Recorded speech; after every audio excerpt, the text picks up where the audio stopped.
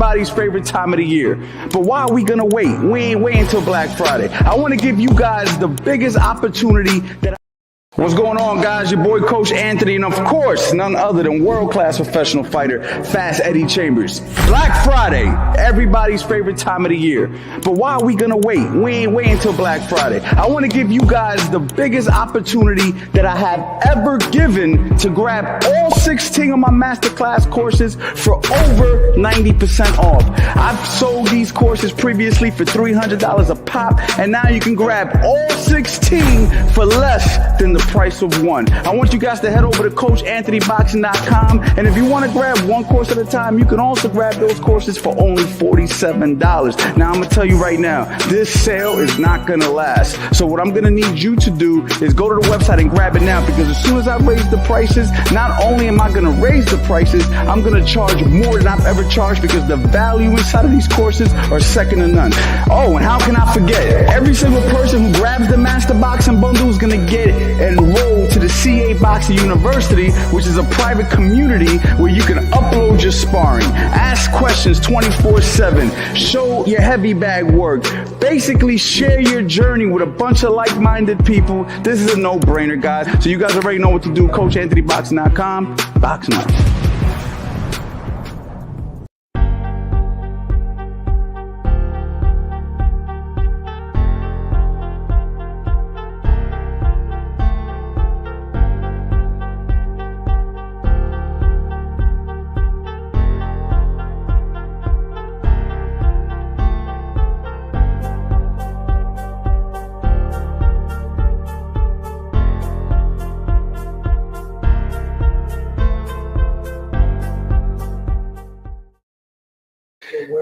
What's good, Coach? Go make sure you guys go to the story link in my bio, guys. What's going on, guys? YouTube, Facebook, everybody. What's going on, guys? Your boy Coach Anthony, and of course none other than the world's fastest heavyweight in history, Fast Eddie Chambers. Okay, the one and only.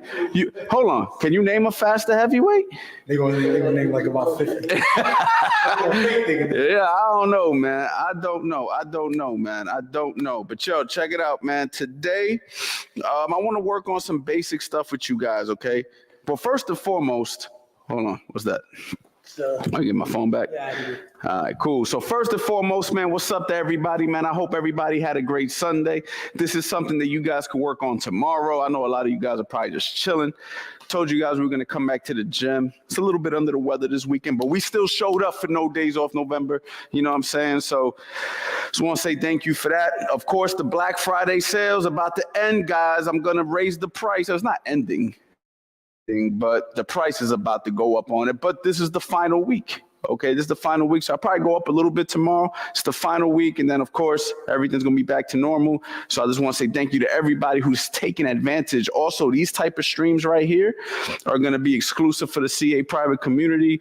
We're going to have exclusive workshops like this, you know what I mean, all the time. That's just an extra benefit of being part of the CA boxing community. You got professional fighter Fast Eddie Chambers, y'all. Seriously, man. Don't get no better than Fast Eddie Chambers. You got your boy, Coach Anthony. And today's stream is a little bit inspired by somebody in my community. And the thing is, you have people that they always ask me, like when they're shadow boxing or when they're hitting the heavy bag, what are some of the things that they should be working on, or how should they approach it?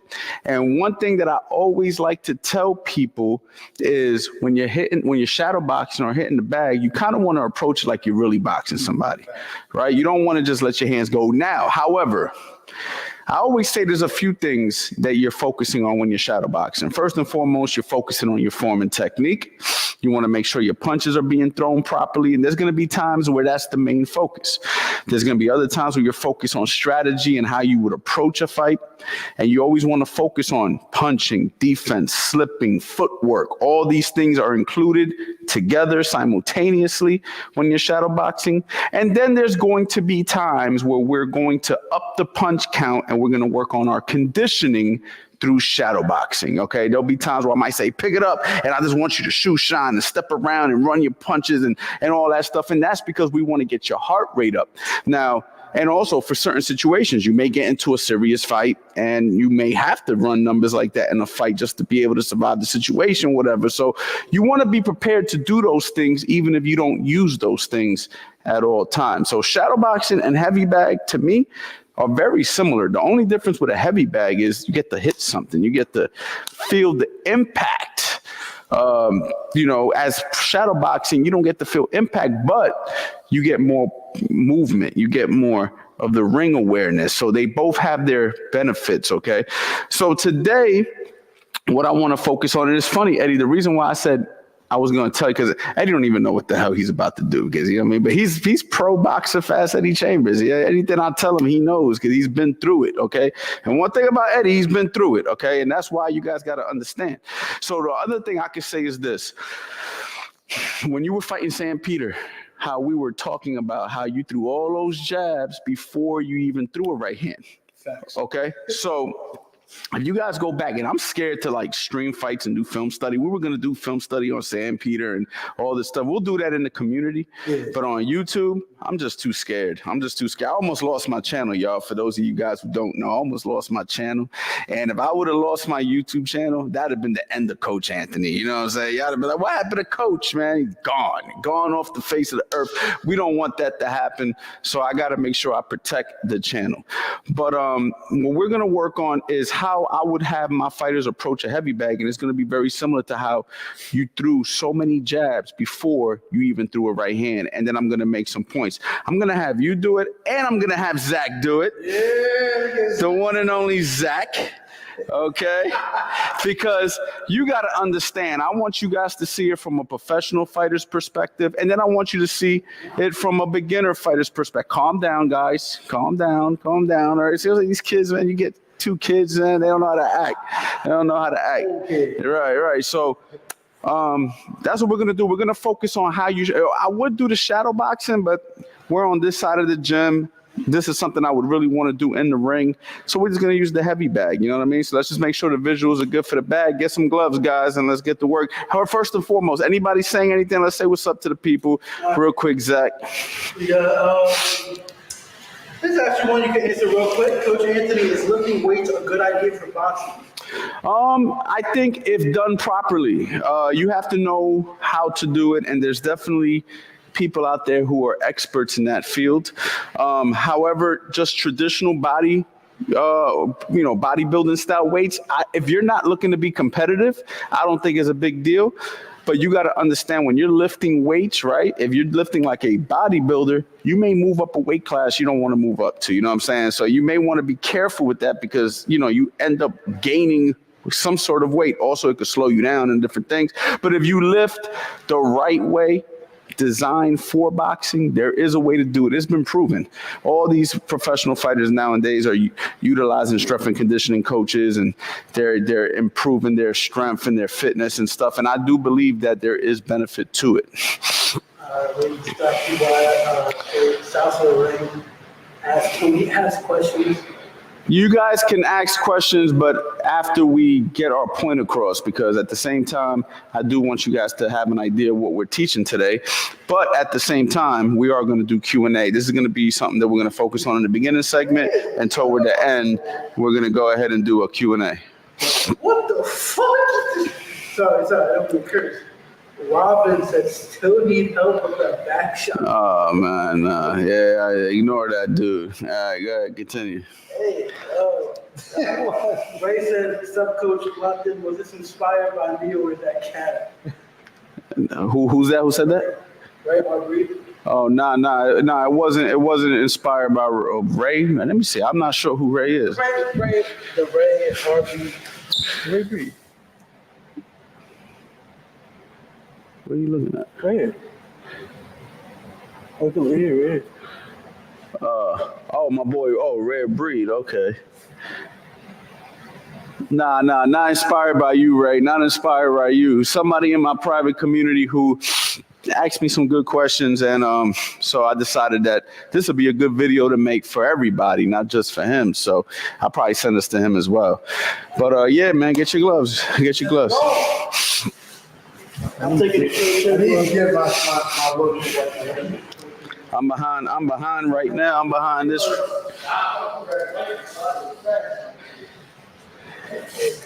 Oh, wait, stick these jaws in there, Rich. Stick them right in there. Now, I know you ain't say that. I know you didn't say that. Stick them right in the Mr. hole. Claus himself said that. Stick them right in the hole. Yo! I'm taking over Coach Anthony Shrimp, Coach Anthony Jr. What's poppin'? I'm trying to see. You got Coach Anthony Jr. in the building. I'm more like a big Jr. though. Very little. And tall. But tie me up, pause. Pull it up. Hey, yo. You said it though. You said you're gonna tie me up. Oh, Yeah. you didn't have to say it. Yeah, nobody heard that. I don't know why this dude had to say tie me up. Down in front of the He camera. said, hey, lace him up, coach. He said, tie me up. Tie me up, coach. Tie you up. I'm trying to see. I'm trying to see though. Let me see. You guys get to the heavy bag real quick.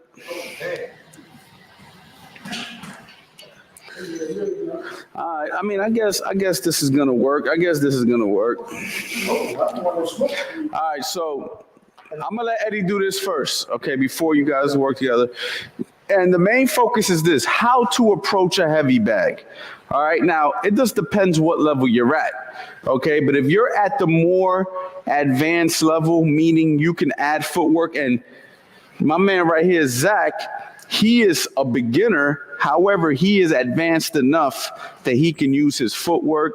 He can punch as he's moving. I don't necessarily recommend that everybody who starts off boxing moves as they punch. I think some guys, they're just not ready for that yet. I think that they should just stand in front of the bag and get their technique right, learn how to turn their punches, learn how to step right. I see it all the time, man. But I got not a lot of new guys, but I got a decent amount of new guys. And it's probably detrimental trying to do too much movement early on.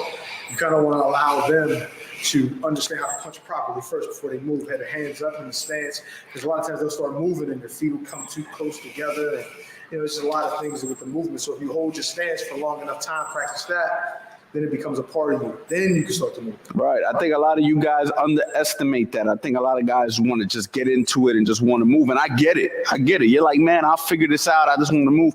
But if you really want to do this the right way, until you're ready to move, I wouldn't do too much moving. Now, these guys are going to move today, however. So this is mid-level, intermediate, professional, right? And Eddie, I want you to demonstrate real quick. So what we're demonstrating now is when you approach a bag, how you're just establishing your jab before you even let anything else go.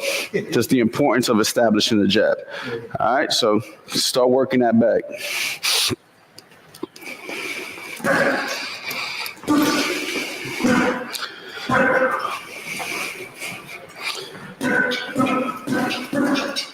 And of course, you can still put other shots behind it.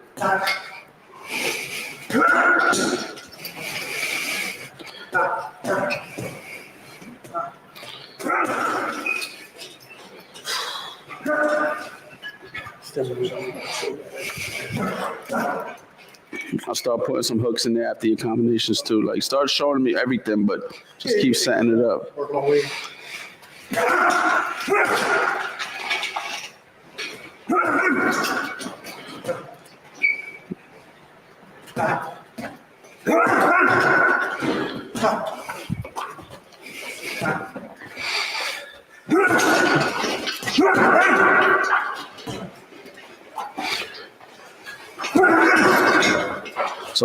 So the key here is Eddie's still going to go ahead and throw his combination, work his angles, work his pivots, etc. And Eddie's became a switch hitter over the years, so he likes to switch. Yeah, he likes to switch his stance, okay, quite a bit. But for those of you out there who are just working from one stance, my whole point is you're going to utilize your jab more than any other punch. So if let's just say you throw 100 punches per round, in my opinion, at least 50 should be jabs. Absolutely. You know what I'm saying? at least 50 because the jab is what's setting everything up. And if me and Eddie are boxing, the chances of me just throwing combinations and being successful are very slim. But if I'm working the jab and Eddie's looking for the jab, we're sizing each other up, we're finding each other's range, that's more realistic. So one good way to do this drill, so you could develop this, because a lot of you guys out there might not be used to just utilizing the jab, is to dedicate one round to the jab. So this round, I'm going to have Zach and Eddie only throw the jab for a round. The jab can go high, the jab can go low, they can double, they can triple, they can do different things, they can circle both ways, but they're going to focus on just getting comfortable with a jab. All right, I'm gonna set the bell, and I'm gonna get behind the, so all I want is the jab. So what you think, man? What do you mean? How many I can get in a round? As far as how many jabs you can actually throw? Oh, okay. Give me 1 second. Oh, that's actually on our drill, on our conditioning drill. It is. Yep. Go ahead, work that jab, guys. Keep your count if you want. Keep your count. All that right now? Yep.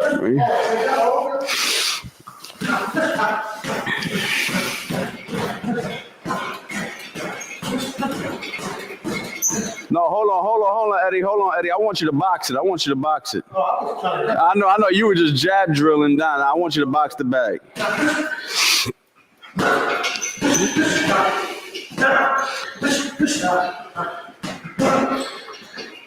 Thank you very much, John. Thank you very much. So notice, guys, I got these guys right now. Both guys are just working the jab.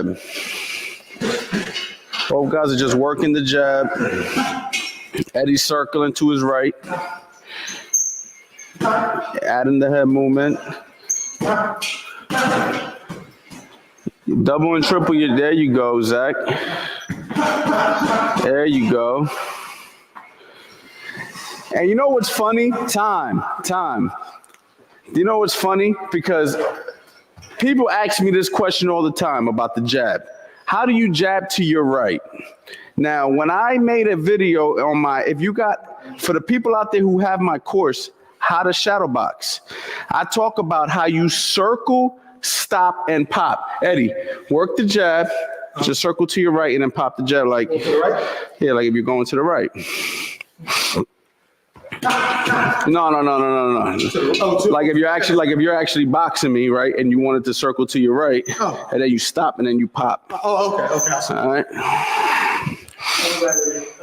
Okay, so right there, time. Why do I like Eddie doing that more than just jabbing and stepping?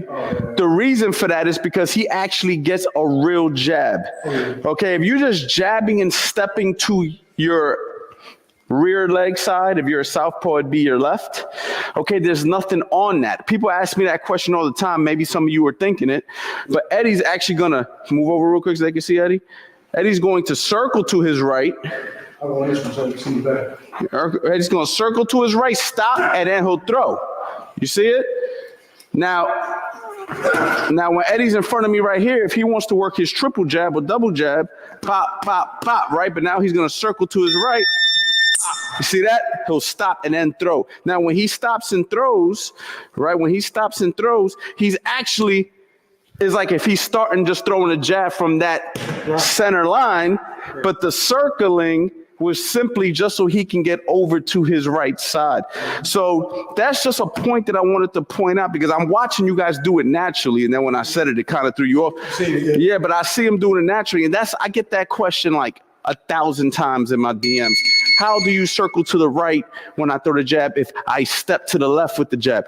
I don't step to the right with my jab for my orthodox people. We circle, get to where we want to go, and then we throw the jab. And when we circle, just to give you guys a little point of advice, step back before you circle. So let's just say, yeah, exactly. So right now, let's say he's working his jab. Pop, pop. Yeah, double it. Pop. Yeah, step around. Go ahead. Pop, pop. When I step in, you see what he did? He took a step back. Do a slow-mo. Double your jab. Pop, pop. That's a step. He's already cleared. Now he'll circle to get his new spot, which is technically an angle. When people think about angles, they think about these short, beautiful angles, but just circling to a new spot is getting a new angle because we're trying to get to a new spot. Just like when he steps around me with a double jab to the left, he created an angle. Okay, double that jab, throw that straight right hand. Pop, pop, boom. You did the San Peter.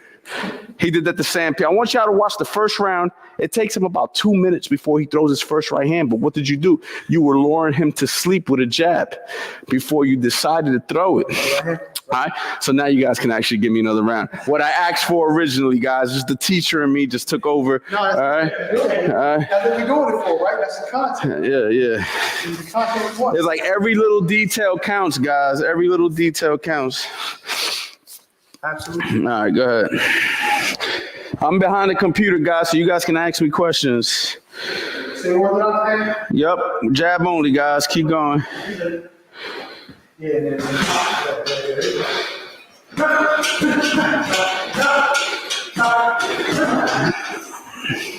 No, I'm glad that helped you, some of you guys, man.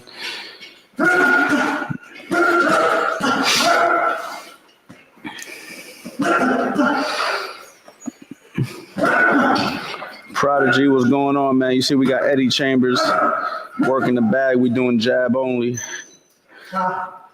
One of my fight night guys, they don't believe in the jab in fight night.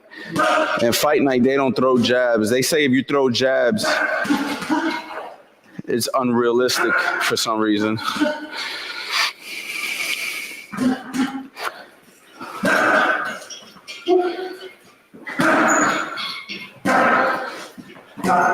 Zach, you're being a little lazy with that jab. I need more.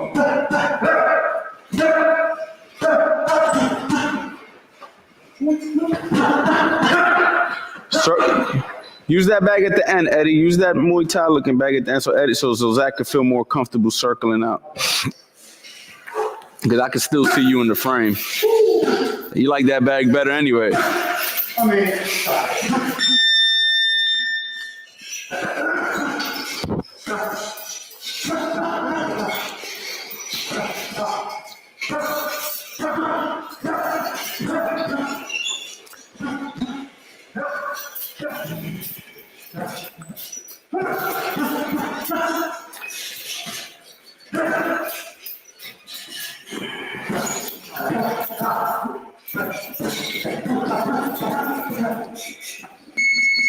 All right, so there you go, guys. So that's how you would work your jab. That's how you would work your jab for a round. Now, Eddie, being a professional, you notice in front of me, Eddie's throwing his jab from down here, right? He's throwing up jabs. He's mixing up his jabs, but he has experience. Yeah. He could do that. Some of you guys need to be right here popping your jab. You see what I'm saying? But some of you more experienced guys, up jabs, slip over, spear jabs, popping your jab, right? Always looking to go to a new spot. Okay, so now you've already been developing your jab. What do I like to do off of that? Now I'm going to say round 2, work the lead hand. So now everything off the lead hand. So jabs, hooks to the body, jab, pop. You see what I'm saying? Learning again to lure your opponent to sleep before you release that right hand or that left hand for the southpaws. All right, so go ahead, work. Lead hand only, guys.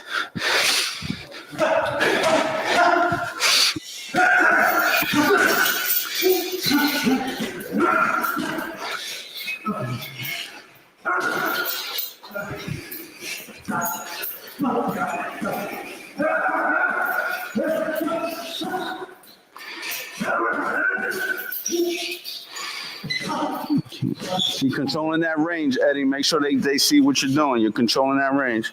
I said keep controlling your range.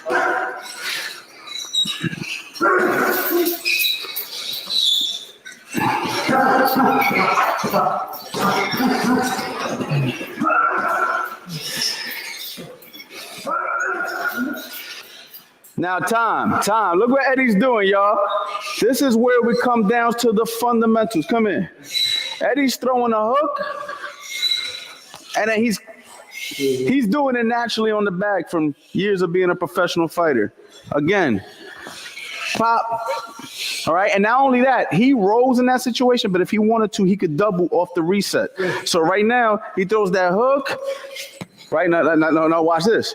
Throw that hook off the double. I want you to bring the second one upstairs. Oh, okay. All right, so I'm here. Pop. Bang. You see what I'm saying? Because when he throws that body shot, I got to respect it. Yeah. You see what I'm saying? So, but depending on what he feels, maybe he throws that body shot and then my counter is the hook, which is most of the time, that's the counter. Right, we did that, and then the next day we watched the film study. Somebody there. Right, everybody thinks about this. Now people ask me about now I'm giving out too much. Cut the stream. Cut the stream. Zach, get the gloves off. Cut the stream. Too much free stuff. If y'all don't take advantage of the Master Boxing Bundle, if you guys don't get into the private community, I don't want to hear nothing. If one more person says that my funny videos where I'm screaming is clickbait, that's it. Done. We're not doing this no more. So check it out. I want to give you guys another pointer. All right. If I'm fighting Eddie like this and he throws that hook to my body, I'm probably going to shoot the hook. If I'm bladed like this and he shoots that hook to the body, I'm probably shooting the uppercut. So we talk about positions. I got a video pause. Yeah, we talk about positions in one of my videos called Positions, right? we got 3 different positions that we're going to utilize. All right. First one, Eddie's directly in the center line, right? That's typically where we learn the basics of boxing, right? So my hands are up, right? This is the first. What's another word I can use, man? What's another? Stance? Yeah, this is all right. This is stance 1. All right. So look, I'm right here. Okay. The other one's going to be where we drop more on our back foot. So you see where he's at now? So now he's more in the defensive posture. Yeah, that's right. Posture. He's more in the defensive posture. From this posture, okay, he can work his jab, but he also can set up check hooks, right? He can also be more defensive, right? From that posture, if he sees me loading up with a hook, he could counter or he could drop right under it. You see what I'm saying? He's more in that Floyd Mayweather, James Toney type position by staying right here. Yeah. And then, of course, he can put his weight over his lead leg. Now, from this lead leg, he got sneaky right hands. He's all loaded up on this side, so he could come with a hook, right? Uppercuts. It's more of a dominant posture if you want to have knockout power with your lead hand, right? Because if you ever notice guys like Mike Tyson back in the day, when he drop here, he's coming with a hard hook. David Tua do the same thing. Those guys are drop forward, but they're dropping forward slightly on that front leg. Where if I'm right here in front of you, right, I'm more so in a neutral stance where I can kind of defend and punch. And then if I'm here, I'm more setting a trap. Right? Check hooks or dropping under and turning and coming with other shots. So things to understand when I'm fighting and I'm setting a trap, depending on how Eddie's standing is going to depend on what counter punches he's going to decide to use. You see what I'm saying? Because if I'm standing hands up in the middle with Eddie, right, and we're in the inside and he shoots something to my body, all right, the lead hook is going to be the easiest shot for me to throw from right here, where if I'm here and you see what I'm saying, my hook's not really there, but my uppercut's there or something like that. All right, there's something extra to add. Look, Zach's like, can I just hit the freaking bag already, man? I just want to punch something. All right, so, right, exactly. Yeah. Don't look at me like that because I'll put you through it. I'm gonna make you do some conditioning. All right, so yo, check it out. So what were we doing? We're lead hand only. Lead hand only, guys. Let's go. Let's work. Left hand. Go ahead. Work. Let's get it.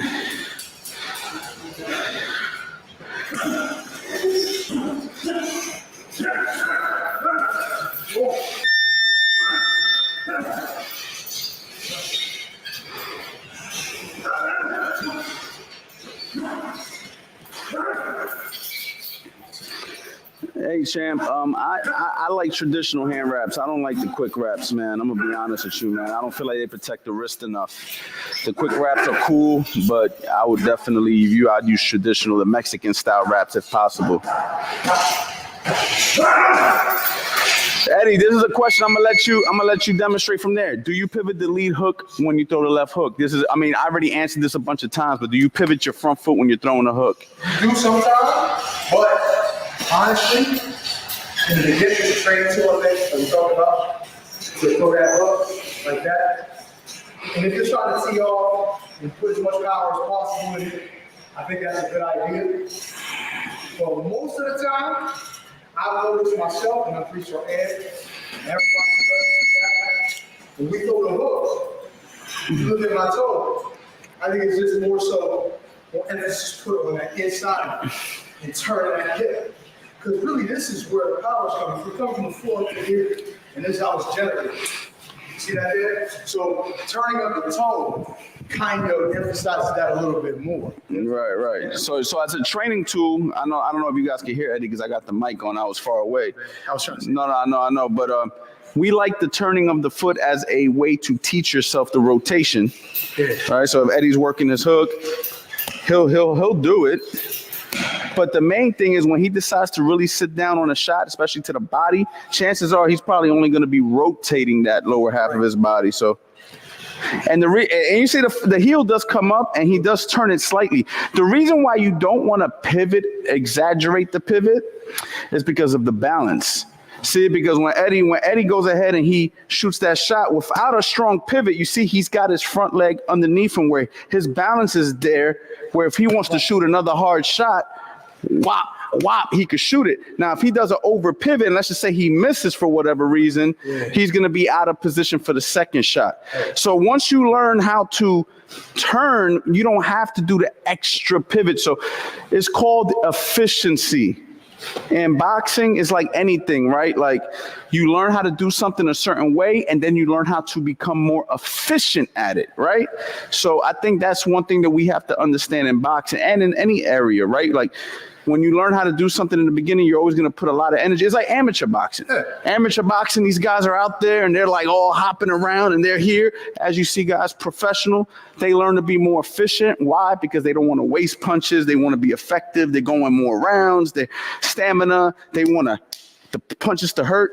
You learn how to be more efficient. So I hope that answers your question. You guys work that whole. Now we're going to add everything, but with a strong emphasis on that lead hand. Okay, so now they're going to throw the right hand. Everything goes. However, I still want you. That lead hand sets everything up. All right, let's get it. Sir, let's go.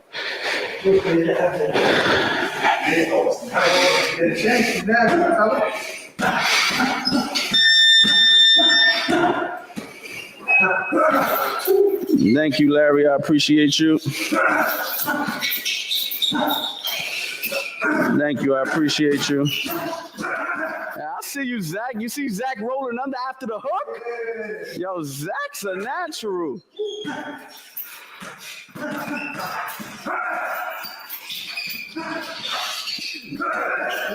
Look, Eddie's starting to get that footwork. Look at him. Yeah, keep working. All right, time. So right here. So let me get you guys right here, both of y'all. So another thing that I wanted to talk about too is a guy in my community. I'm gonna just say his name. Big shout out to Casey. Had a coaching call with him, and for those of you guys who don't know, I also do mentorships where I will go online, coach you, help you. You can show me your sparring, show me your heavy bag work, whatnot. Well, he was boxing a kid taller than him. Okay. And then the situation was, since the kid was taller than him, he was looking up and he was popping his jab up. All right. So I made an adjustment for him where I had him slip outside as he's popping his jab. Okay. Now, Eddie, if you guys don't know by now, has fought guys 6'6", 6'7", 6'8". Right. 9. Right. So when you're popping a jab, what were some of the ideas you like? Percent definitely lower. And what you want to do, in my opinion, is make them come down to you. You don't want to try to go up to fight up at that level. I always say it's to send in boxing the punch down, especially with your head looking over. But it's also the same thing if you're trying to punch up at a taller fighter, especially from the outside, because we're here, we're looking up, our heads up, our chins up, it's exposed. Can you get? Oh yeah, go ahead. I'm gonna let you finish, and then I'm gonna ask you another pointer to give. Oh, okay. And it's like, if I was fighting Vladimir and my head was here, and I was trying to fight him outside like this, first of all, he got an opportunity. Easy target to look at, to aim at. And then I got to try to fight through what he got going on in order to get inside. But I'm up here doing it. It would be so much better suited for me to be down here. So even with the jab, anything you're throwing, if you're a shorter guy, you want to be lowered, knees bent, and able to move forward, but even think about angles as well too. But definitely the jab coming up, shots coming up, but you not coming up with them. I was gonna ask you, can you give another pointer on the chin staying tucked? It has to be tough, yeah. As they're looking up. As they're looking up. So demonstrate. There were times that I would be throwing punches, but this is when I was in complete control, where my head would be here because I'm just looking to knock somebody out. But shots like, if I'm throwing a jab, it's boom. See, up here, that's why I got really comfortable throwing the up jab. Right hand, like this. A lot of the time, that's another way of doing it. You can, once you're inside, of course, now you're. So you're using your peripheral vision. Right, 100%. I'm not looking up like that. Yeah, you're not looking up, all right? That's a very important thing. That chin has to get tucked. You know, Bernard Hopkins used to do that. He'd literally be like this. Literally hold the chin. All right. And that goes in like shots coming, chin's tucked. So like say a right hand came over the top and you roll in there, you know what I mean? Like that more so, and using your waist too sometimes. It ain't always, I know we talk about a lot of times they say, oh, you should be bending your knees, you shouldn't be standing like this. Great fighters that really know, they use that waist too. Oh, yeah. They use that waist too. That drop under, James Toney, Floyd Mayweather. You know what I mean? Mostly, even like looking at Canelo. These dudes use the bend at the waist. Man. You need both. You need that even with your rolls. Go under the shot, keep your chin tucked. Throw your shots off like that. Come up, you'll be able to do so much more that way. And you're stressing your knees out all the time. All right. So a good way to work that is right now, I'll have Zach. One person could throw. No, y'all gonna do this with each other because y'all got gloves on. But I'm gonna demonstrate that first.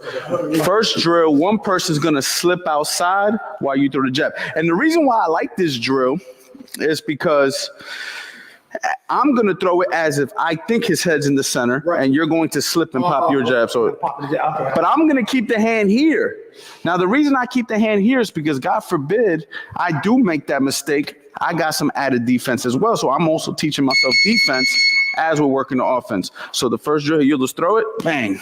So we'll move around, bang, bang. There you go, just like that. You notice Eddie just move his head as the shot comes. Eddie's head's here, but now it's here. See that? Again, I'm shooting to where his head is.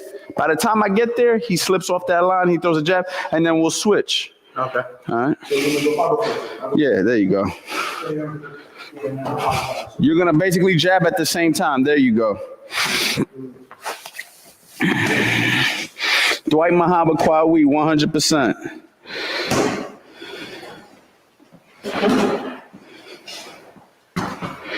I see you trying to get that shit off. He's trying to get it land. So Eddie right now is the guy working the slip.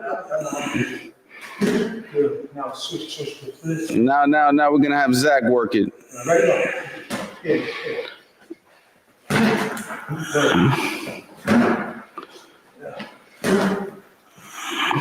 I got devils looking off here. Go ahead. Oh, he hit me. He caught you?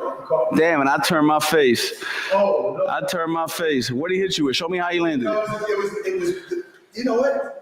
This says a lot about what we do. Yeah. It was literally the drill action. Yeah, no, he did. I put a jab and his shit went up and caught me in the middle.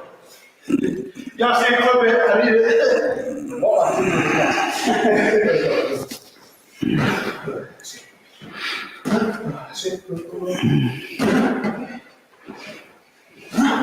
He trying to slide. He trying to slide in the court. That's it. Go. Let's go. Now I see two, motherfucker. I see what he's trying to do. Let's go. Go. Same thing. That's it. Ooh, snap. That's it. He set him up. He lured him to sleep. And let me tell you something. Hold on, but yeah, that was nice. That was nice. But yo, check it out. Check. You see, y'all saw that setup? We ain't gonna charge y'all for that. That was free of charge. That was free of charge out the Eddie Chambers playbook. Now check it out though. We talk about stepping with a jab and not stepping with a jab a lot of times. And let me give you my analogy on this. Hold on. Let me turn this off. The reason why Eddie was also able to set that up is because every time that Zach was jabbing, he was stepping with that jab. Sometimes, right, when you pop a jab, pop it from right there, snap it, snap it. You see that? Snap it. You still step. Still step. Don't step.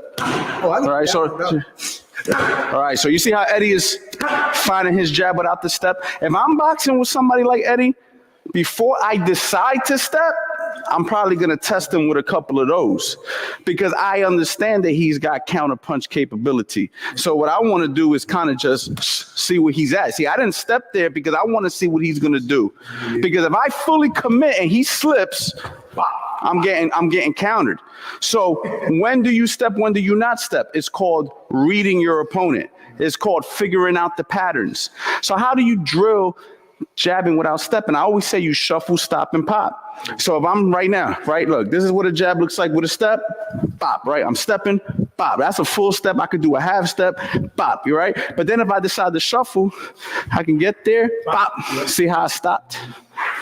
See, that's why I'm here, pop. So if I'm boxing Eddie and we're moving and I kind of just pop, I could just throw it out there just to see what he does. And then on the second one, maybe I step in.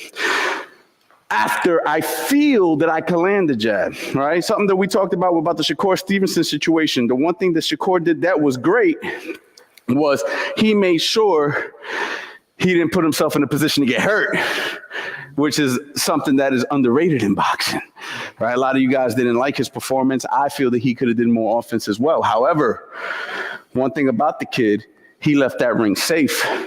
And I want to know when's the last time you donated to somebody who has brain damage in boxing. Yeah, any of you guys donate to Pritchard Cologne? What's my other man's name who was supposed to fight Roy Jones? Gerald McClellan. Gerald McClellan, warrior, mixed it up. How many of you guys donated to him? Okay, so that's my point. Because when these guys lose their brains in this game, they're left to the wayside. We move forward. Who's the next hot fighter, right? Yep. So let that be you in the ring. I'm not talking this to make anybody's feelings get hurt. But what I'm saying is if you're the one boxing, you must think about safety first. Okay, this is why fundamentals are important. This is why knowing your range is important. Having good defense is important. Not fighting off of emotion is important. All this shit is important for all you tough guys out there because when you decide to open up and you start getting punched on, you got to go home with that brain damage. Eddie Chambers fought 49 professional fights, hundreds of amateur fights against heavyweights, and he's not the biggest fighter. And he's able to speak articulate to you guys without any signs of slurring, slowness, that unfortunately a lot of fantastic fighters over the years who entertained us are dealing with today. And that's what I want for all of you guys out there who decide to take this shit serious. I want you guys to be able to go home to your families. I want you guys to be able to hold a full conversation. I want you guys to start up a business and learn a life after boxing, something that a lot of fighters don't think about when they're in the paint. They only thinking about fighting. You got to think about what happens when I'm 35, 40, 50, and if things didn't quite work out. Right? So we have to think smart. So as a boxing fan, and for you fanagers out there, right? Fanagers, you know what I mean? The fanagers who always want to mix and match fighters and always have the most to say. Hey, man, if you're not the guy in the ring actually getting punched on, sometimes you may want to reconsider. Because if you're a tough guy and you never boxed before, I'll tell you what, bring you down, I'll put you in the ring with Zach. Let's see how you do with Zach. right? And I'm only talking to the guys out there with no experience. If you got experience, fuck that. We ain't putting you in there with Zach. We gonna put you in there with Eddie. But if you got no experience, but you got the most to say, spar with Zach, and let's see how you do. Let's see how many punches you throw against a kid with 4 or 5 months experience. I like to see it. Now, if you come in here and you do got more experience than you claim you do, that's okay. We're going to let you whoop Zach's ass, and then round 2, we're going to sneak Eddie on you. And if Eddie ain't enough, I got a couple other fighters that'll whoop your ass. So you going to get your ass whooped before you leave the gym. I promise you. So you could be talking tough right now all you want. Then the final boss, Coach Andy. Yeah, you don't want me to get in there. It's going to get ugly. You know what I'm saying? All right, what they talking about? What they talking about? Yes, this is live. This is live, champ. Let's kill him. All right, come on, y'all. Let's keep the drill going. Yeah. Let me see. Now, let's do some quick Q&A. Let's give some quick Q&A. He loved it. He let some shots. What he don't know is I got plans for his ass. I said, boy, I said, don't get credit for saying, boy. Anybody got Q&A, man? Let me get that Q&A real quick. What y'all gonna do? Y'all gonna do a light spar? Go ahead, do a light spar. He got to be able to land first as far as I want to see if he can land so. Let's see if he can land so. Oh, y'all trying to catch up. Yeah. Always had.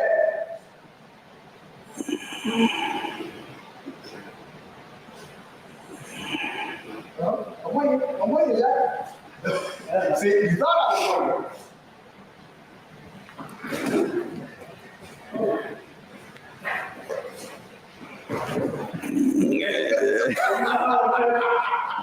Yo.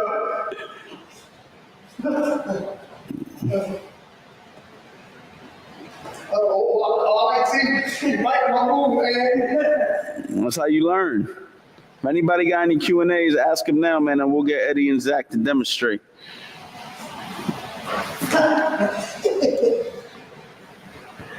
A lot of my guys watch the tape like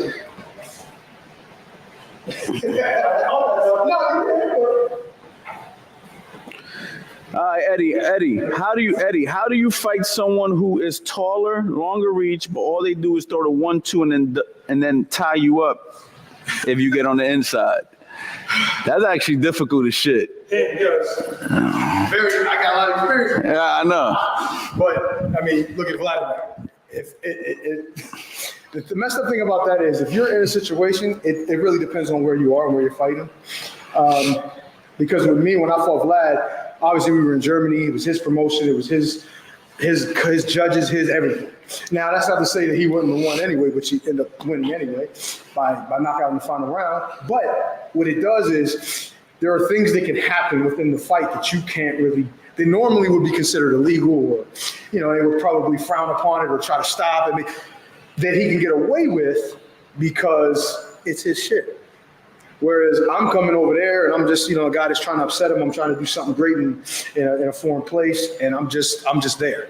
You know what I mean? They're looking to showcase him. So I have a lot to fight against, more than just the fact that he's 6'6", 6'7", 244 pounds, and I'm only 6'1", 209, 205 going in there. So I got to not only fight him in the ring, but I also got to fight what's going on outside the ring. And the fact that they have some control of everything. You know what I mean? Even with the judging, not only with the judging, but with the refereeing as well. So if you watch the fight and watch his fight also with Povetkin, there was so much clinching. Maybe not as much with my fight, but with him, Povetkin's a little bit bigger, a little heavier. With me, I was, like I said, I'm about 205 pounds soaking wet. So he can literally do things with his size, pause, that is really difficult for me to deal with just because of my weight. I was just as stronger than anybody that I fought in the ring for the most part. But when the guy outweighs you by that much, and not only is taller, but outweighs you as well. So that's your situation. How do you deal with that style, though? Besides Vladimir, let's just say it's another guy who's fighting, just doing this kind of style. He just keeping his distance. If you're equal in size than him, then you can start to think about other way. There are ways. Well, he said taller. He said taller. That's what I'm saying. If you're equal in weight, like if you're the same weight, and say you're 6 foot, like 5'10" or something like that, and he's 6'4", but y'all at the same weight. You know what I mean? Depending on his punching power, what his skill set is, there are absolutely ways you can deal with a taller fighter. And he was saying with throwing the 1-2 like that. What I would do was I would try to get him to be offensive to a degree, meaning I would maybe start the ball rolling and then try to counter. Because if you're able to do that, then you're going to be able to get his hands, if you're good enough defensively to do it, get his hands or his shots past your body. Once they're past you, how they gonna hurt you?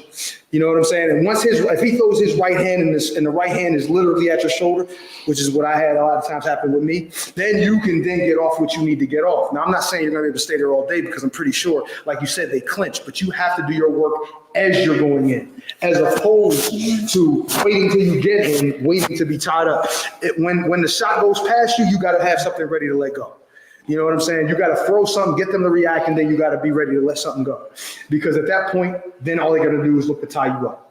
Yeah. There's definitely more ways than one way to approach that. One way is, like Eddie said, you can get them to be the offensive. So maybe you control the outside. You flip it on them. Yeah. Whereas, like, instead of you going to him, he had to come to you. Yeah. Right? That's one way. The other way is if you have the skill set and the personality trait and the strength to maybe approach it similar to like a Mike Tyson, where you're just super aggressive, you're throwing hard shots to the body. When they try to tie up, you don't cooperate and you keep punching inside, forcing him to either let go or forcing the referee to break it, and then trying to get your shots off that way. Also, if you could get them to lean back a little bit, offer some feints, maybe you could drop down, bring a hook over the top or something like that.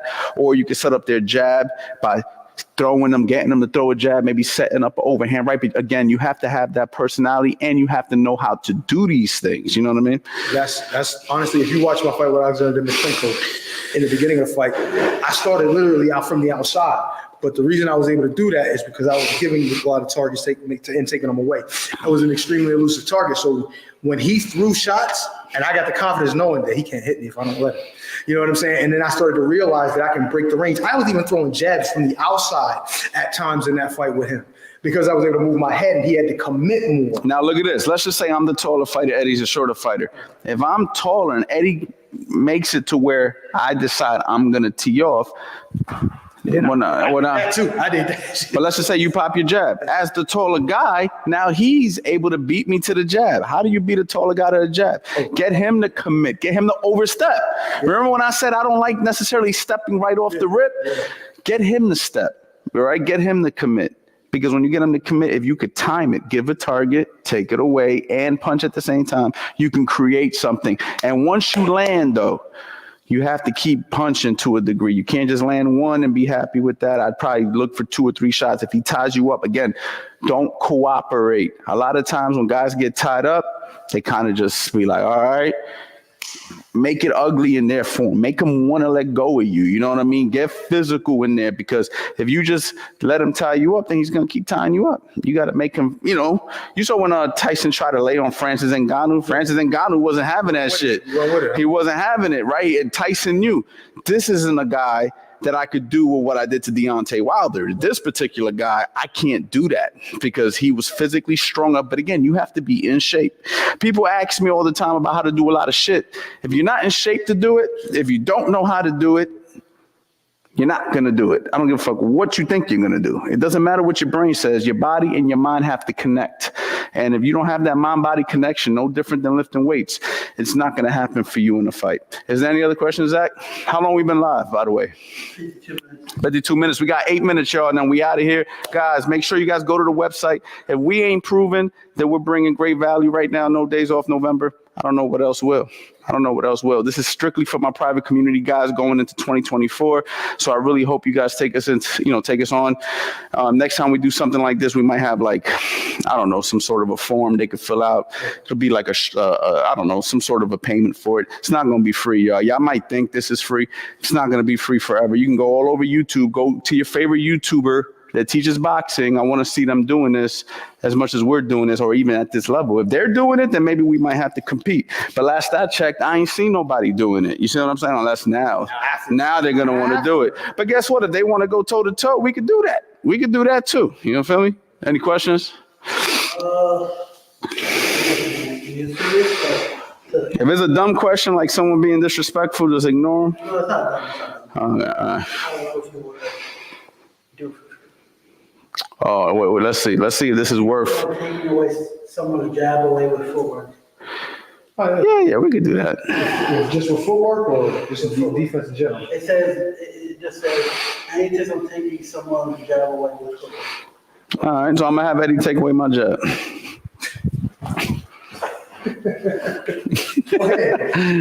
Good luck with that. So the first step, though, let's not make it look so simple. The first step would be to step back. Off the step back, he can go left, he can go right. It's really that simple. The step back gets you out of range. You make the decision off the step back what you want to do. Maybe he wants to stop and counter you. Yeah. You know what I mean? So off the step back, he might bop, he might punch on the way back when I step there if he decides, or he may circle right, or he may circle left. A lot of times when guys step back and they circle left, though, they'll add a slip just in case the right hand comes. So, you see how he moved his head off of that line? Okay, so that's something that happens a lot. But, you know, another way to take it away with the footwork, too, is to give the target and take it away. So let's just say you're popping a jab at me, Eddie. Go ahead, snap. See, so I'm going to try to read him. So what I do is I might give him the jab, see if I can, and notice when I covered up, I kind of did this, but I understand that he might be setting me up for a hook. And then the second time, I might just do that. And see, now he has to reset. You know what I'm saying? So just standing there, but again, you need experience to be able to even read that body language. As simple as that look, like me just stepping back might look like, oh yeah, I could do that. When you're in there with an experienced guy who knows how to set those traps, it'd be a little harder to read. So, you know what I mean? I'm able to read it. Eddie's able to read it. But, you know, you do have to practice. So that's why it's good to do drills. You know what I mean? Because drills will help you with that. Someone asked, can you demonstrate jabbing going backwards to try to bait and set counters? Like that. Yeah, I mean, that's how I would do it. Yeah, like, again, when I tell people to jab going backwards, I always tell people to shuffle back, stop, and then pop. I don't really like jab. Even though on a line, I might teach a guy to do this on the line. In a real situation, I'm probably going to have him pop. You see what I'm saying? Like, right. Big space in it. You see what he did? That's because the jab is going to mean something. I see, though, in some situations, I train guys to do this only for coordination purposes. But if you're in a situation where guys just trying to like rush you, yeah, like a flickering jab. Like just flick it, just get it, and then he may respect it, but if he doesn't, drop the right hand. Mm-hmm. Like or a check hook. Or check, or even better. We did this one on the 2-2 where you're like, and then throw that shit, or like, you know, and then boom, and then check him out of there. Yeah. So, you know, you can work on that. So a simple way you could work on that is just shuffle and jab at the same time. If you want to just kind of get comfortable with the fundamentals of it, just pop. You could do that, or you could do like Eddie said, and then shoot the right hand. Notice when Eddie does that, that little extra rock. You see that foot? So that's the footwork aspect of it, because that's where he's gonna get the spring to shoot the power shot. How late should you go on an off day to expect in the gym? Say that again. How late should you go on an off day that expect in the gym? How light should you go on an off day? Like, does he mean like? I think he like a couple days before the fight or something like that. No, it's like, you know, when you're off, you don't like, you know, you're not supposed to work out, but you still go to the box. Oh yeah. Well, it's the same kind of thing. Like if it was like getting ready for a fight, you close to the fight. Be the same thing. Like just do floor work, shadow box. Try not to do too much on the bag and punch stuff heavy. You know what I mean? You don't want to wear yourself down any more than you already do during the week. You know what I'm saying? Just listen to your body. Just listen to your body. Like if you know what I mean, just, you know, go through the motions. Don't kill yourself. I mean, if it's your off day, you should be off. But, you know, if you decide that you can't live without being in the gym, yeah, just go and don't force yourself to do the typical workout that you would normally do. Just do whatever your body allows you to that day. That's it. All right, guys, I want to say thank you to everybody who pulled up. I hope this provided enough value for you guys for today. I want to say thank you to everybody. And again, I will be raising the price on the Black Friday sale this week. I hope you guys take advantage of that. And again, thank you for the love and support. What's going on, guys? Your boy, Coach Anthony, and of course, none other than world-class professional fighter, Fast Eddie Chambers. Black Friday, everybody's favorite time of the year. But why are we going to wait? We ain't waiting until Black Friday. I want to give you guys the biggest opportunity that I have ever given to grab all 16 of my masterclass courses for over 90% off. I've sold these courses previously for $300 a pop, and now you can grab all 16 for less than the price of one. I want you guys to head over to CoachAnthonyBoxing.com, and if you want to grab one course at a time, you can also grab those courses for only $47. Now, I'm going to tell you right now, this sale is not going to last. So what I'm going to need you to do is go to the website and grab it now, because as soon as I raise the prices, not only am I going to raise the prices, I'm going to charge more than I've ever charged, because the value inside of these courses are second to none. Oh, and how can I forget? Every single person who grabs the Master Boxing Bundle is going to get enrolled to the CA Boxing University, which is a private community where you can upload your sparring, ask questions 24/7, show your heavy bag work, basically share your journey with a bunch of like-minded people. This is a no-brainer, guys. So you guys already know what to do. CoachAnthonyBoxing.com. Boxing up.